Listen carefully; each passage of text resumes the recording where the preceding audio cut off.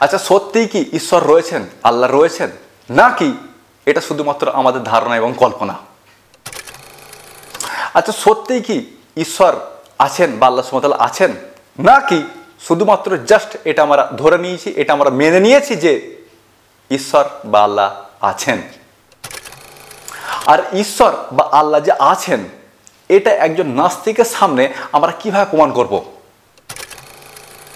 আজকের ভিডিওতে ছোট করে হলেও তথ্যবহুল আলোচনা করা হয়েছে যে একজন নাস্তিকের সামনে আপনি কিভাবে প্রমাণ করে দেখাবেন যে ঈশ্বর বা আল্লাহ আছেন। সুতরাং ভিডিওটা মনোযোগ সহকারে দেখুন, সম্পূর্ণ ভিডিওটা দেখুন এবং একটু কষ্ট করে শেয়ার করুন। আপনার একটা শেয়ারের ফলে বহু মানুষ উপকৃত হবেন, বহু মানুষ ঈশ্বর বা আল্লাহ সম্পর্কে সন্দেহ মুক্ত হবেন। আর সম্পূর্ণ ভিডিওটা দেখার পর আপনার কি মনে হলো, আপনি কি মনে করলেন, আপনি কি ভাবলেন, সেটা আপনি আমাকে কমেন্ট করে জানান। আমি আপনার কমেন্ট থেকে এটা জানতে পারি যে আসলেই আমি আপনাকে কতটা বোঝাতে পারলাম। সুতরাং কমেন্ট অবশ্যই করুন। সালামুন আলাইকুম। আচ্ছা, সত্যিই কি আল্লাহ সুবহানাহু ওয়া তাআলা আছেন, নাকি এটা শুধুমাত্র আমাদের কল্পনা? এটা আমরা ধরে নিয়েছি যে আল্লাহ সুবহানাহু ওয়া তাআলা আছেন, এটা আমরা মেনে নিয়েছি যে আল্লাহ সুবহানাহু ওয়া তাআলা আছেন, নাকি সত্যি সত্যি আল্লাহ সুবহানাহু ওয়া তাআলা আছেন? একজন নাস্তিকের সামনে কিভাবে প্রমাণ করবেন যে আল্লাহ সুবহানাহু ওয়া তাআলা আছেন? আজকে আমার হাতে সময় খুবই কম, এই জন্য কোনো ভূমিকা ছাড়াই সরাসরি আলোচনায় প্রবেশ করতে চাইছি। তো একজন নাস্তিকের সামনে আপনি এই স্ক্রিনশটটা দেখাতে পারেন, এই নিউজ কাটিংটা পেশ করতে পারেন, যেখানে বলা হচ্ছে যে অক্সফোর্ড ইউনিভার্সিটিতে একটা স্টাডি হয়েছিল, মানে অক্সফোর্ড ইউনিভার্সিটি একটা স্টাডি করেছিল।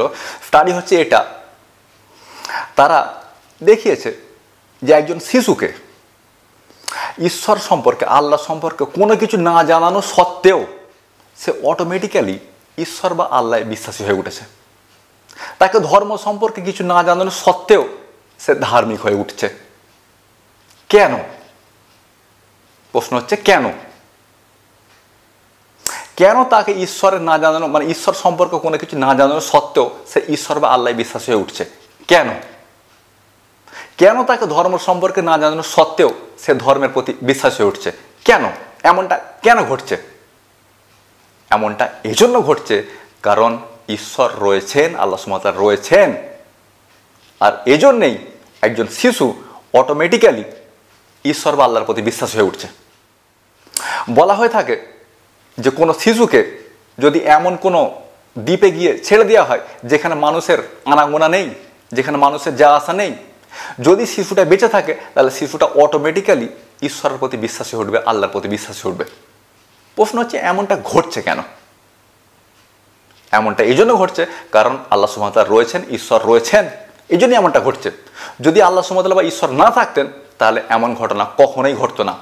তাহলে একজন শিশু অটোমেটিক্যালি ঈশ্বরে বিশ্বাসী না হয়ে, আল্লাহ বিশ্বাসী না হয়ে, বরং সে অটোমেটিক্যালি ঈশ্বর নেই বা আল্লাহ নেই এই ধারণায় বিশ্বাসী হতো। অটোমেটিক্যালি একজন শিশু নাস্তিক হতো যদি আল্লাহ সুবহানাহু ওয়া তাআলা না থাকতেন, যদি ঈশ্বর না থাকতেন। এখন প্রশ্ন হবে যে কেন একজন শিশু অটোমেটিক্যালি ঈশ্বর বা আল্লাহর প্রতি বিশ্বাস হয়ে উঠছেন? এর পিছনে বিজ্ঞানটা আসলে কি? তো আপনারা হয়তো জানেন যে আমাদের শরীরে জিন রয়েছে। প্রথমে জিন বলতে গেলে কি জিন ভূত? না, জিন বলতে গেলে জিন ভূত নয়। আপনারা কখনো ডিএনএর ছবি দেখেছেন? দেখুন সে ঘোরানো একটা মই টাইপের। তো ওই ঘোরানো মই টাইপের স্ট্রাকচারটাকে বলা হয় ডিএনএ ডাবল হেলিক্স। ওটাকে দেশি ভাষায় বললে হবে ঘোরানো মই, এভাবে ঘোরানো মই। তো ওই ডিএনএ ডাবল হেলিক্সের কোনো ছোট্ট একটা অংশকে বলা হবে জিন। আমাদের শরীরে, মানে মানুষের শরীরে প্রায় 20,000 জিন রয়েছে। প্রশ্ন হবে জিনের কাজ কি? আমার চোখটা কেমন হবে এর জন্য দায়ী আমার একটা জিন, মানে আমার শরীরে এমন একটা জিন রয়েছে যে জিনের কারণে আজকে আমার চোখটা এরকম। আমার নাকের গঠন কেমন হবে এর জন্য দায়ী একটা জিন। আমার ঠোঁটের গঠন কেমন হবে এর জন্য দায়ী একটা জিন। আমার দাঁতের গঠন কেমন হবে, আমার মাড়ির গঠন কেমন হবে এর জন্য দায়ী একটা জিন। আমার দাড়িটা কি সাধারণ দাড়ি হবে নাকি চাপ দাড়ি হবে এর জন্য দায়ী একটা জিন। আমার গোঁপটা কেমন হবে এর জন্য দায়ী একটা জিন। আমার হাত কেমন হবে, আমার পা কেমন হবে এর জন্য দায়ী একটা জিন। অর্থাৎ আমাদের শরীরে প্রত্যেকটা স্ট্রাকচারের জন্য দায়ী একটা জিন। আমাদের শরীরের প্রত্যেকটা গঠনের জন্য দায়ী একটা জিন, আমাদের শরীরের কার্যকারিতার জন্য দায়ী একটা জিন, আমাদের শরীরের ফাংশনের জন্য দায়ী একটা জিন। আপনি কি বুঝতে পারছেন? তো আমাদের শরীরে একটা জিন রয়েছে যেটাকে বলা হচ্ছে গড জিন। আমাদের শরীরে একটা জিন আছে যেটাকে বলা হচ্ছে গড জিন। এই গড জিনের কারণে মানুষ অটোমেটিক্যালি, একজন শিশু অটোমেটিক্যালি ঈশ্বরের প্রতি বিশ্বাসী হয়ে ওঠে, আল্লাহর প্রতি বিশ্বাসী হয়ে ওঠে। স্টাডি রিপোর্ট দেখুন, অক্সফোর্ড ইউনিভার্সিটি একটা স্টাডি করেছিল যে একজন শিশু কি অটোমেটিক্যালি ঈশ্বর বা আল্লাহর প্রতি বিশ্বাসী হয়ে ওঠে। তো স্টাডিতে তারা দেখিয়েছে যে সত্যি সত্যি একজন শিশু ঈশ্বর বা আল্লাহর প্রতি বিশ্বাসী হয়ে ওঠে অটোমেটিক্যালি। তাকে ধর্ম সম্পর্কে কিছু না জানানো সত্ত্বেও, তাকে ঈশ্বর সম্পর্কে কোনো না জানানো সত্ত্বেও সে ঈশ্বর বা আল্লাহ বিশ্বাসী হয়ে ওঠে। আর এই ঘটনার জন্য দায়ী একটা জিন যেটাকে বলা হচ্ছে গড জিন। আমার কাছে একটা বই রয়েছে, বইটা আপনাকে দেখাচ্ছি দেখুন। এই বইটার নাম হচ্ছে গড জিন, যেই গড জিন সম্পর্কে আমি কথা বলছি। তো এই বইটাই এই জিন সম্পর্কে বিস্তারিত কথা বলা হয়েছে, বিস্তারিত আলোচনা করা হয়েছে। এই বইয়ের লেখক একজন জিনোলজিস্ট, তিনি হলেন ডিন হ্যামার। এই বইটা আমি অনলাইন থেকে অর্ডার দিয়ে কিনেছি, এটা মার্কেটে পাওয়া যায় না। তো এটা আমি আমেরিকা থেকে আনিয়েছি।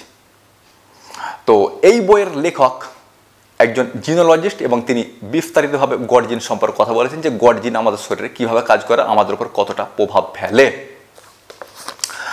বইটা চাইলে আপনারা কিনে দেখতে পারেন, জ্ঞান সমৃদ্ধ বই এটা।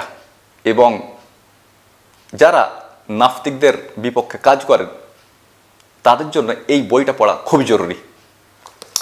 তো আপনারা চাইলে এই বইটা পড়ে দেখতে পারেন, জ্ঞান সমৃদ্ধ বই, তথ্য সমৃদ্ধ বই, উপকৃত হবেন।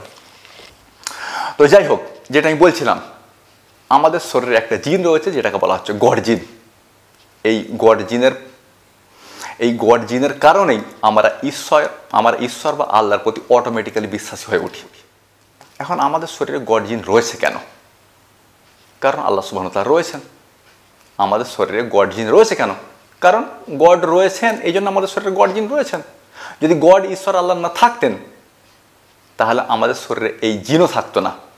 আমরা অটোমেটিক্যালি ঈশ্বরে বিশ্বাসী হওয়ার বদলে, আল্লাহতে বিশ্বাসী হওয়ার বদলে অটোমেটিক্যালি আমরা নাস্তিকতাতে বিশ্বাসী হতাম।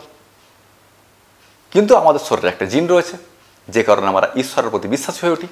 আর এই জিনটা প্রমাণ করছে যে এই জিনের সৃষ্টিকর্তা একজন রয়েছেন, অর্থাৎ আল্লাহ সুবহানাহু ওয়া তাআলা রয়েছেন, ঈশ্বর রয়েছেন। যদি ঈশ্বর আল্লাহ না থাকতেন তাহলে এই গড জিনও আমাদের শরীরে থাকতো না। আমাদের শরীরে গড জিন রয়েছে, এটা প্রমাণ করছে যে আল্লাহ সুবহানাহু ওয়া তাআলা রয়েছেন। এইভাবে আপনি একজন নাস্তিকের সামনে এটা প্রমাণ করে দেখাতে পারেন যে আল্লাহ সুবহানাহু ওয়া তাআলা রয়েছেন। সুতরাং এটা বলা যেতে পারে যে আল্লাহ সুবহানাহু ওয়া তাআলা রয়েছেন, এটা শুধুমাত্র আমাদের কল্পনা নয়, আমাদের ধারণা নয়, আমাদের মেনে নেওয়া নয়, আমাদের স্বীকার করা বিষয় নয়। আল্লাহ সুবহানাহু ওয়া তাআলা সত্যি সত্যিই রয়েছেন। আজকে এই পর্যন্তই থাকলো। এরপরে আমরা আরও কথা বলবো যে আল্লাহ সুবহানাহু ওয়া তাআলা রয়েছেন, তার প্রেক্ষিতে আর কি কি আর্গুমেন্ট দেওয়া যেতে পারে একজন নাস্তিকের সামনে। একজন নাস্তিককে কিভাবে বোঝানো যেতে পারে যে আল্লাহ সুবহানাহু ওয়া তাআলা রয়েছেন। আমরা পরবর্তী পর্বগুলোতে এই সম্পর্কে কথা বলবো ইনশাআল্লাহ। আপনারা সঙ্গে থাকেন আর একটু কষ্ট করে ভিডিওটা শেয়ার করেন। বহু মানুষ উপকৃত হবে আপনার একটা শেয়ারের ফলে। সুতরাং শেয়ার করার কষ্টটা করুন।